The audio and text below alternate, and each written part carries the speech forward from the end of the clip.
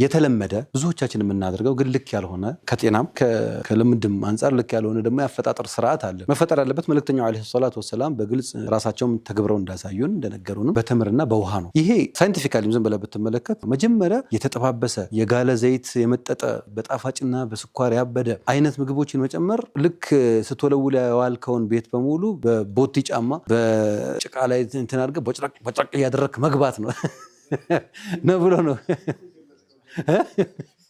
ከዛ እንደገና ሁለተኛ አጽዳኝ ትላለህ። ለሊቱን ሙሉ ከሱ ጋር ስትታገል ታርፋለህና የናንተ የፍጡር ድባብ ምን ይመስላል?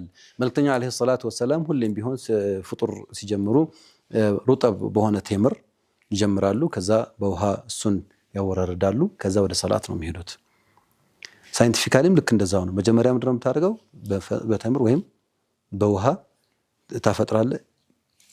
ጨጓራህም ሆነ ሌሎች ኢንተርናል ኦርጋኖቻችን ምግብ ለመቀበል ዝግጁ እስከሚሆኑ ድረስ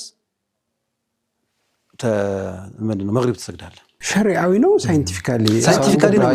እንዴት ሳይንስ ይሄን ነገር እንዴት እንትን አደረገው ማለት መሆን አለበት ብሎ የሚያስብ ነው ነው ባይ ዘ ዌይ ጾም የሚባለው ስርዓት እኮ እኛ የዲናችን አካል ስለሆነ ቀላል አድርገን እንመለከተዋለን። ሌሎቹ እኮ ከፍለው ነው የሚጾሙት።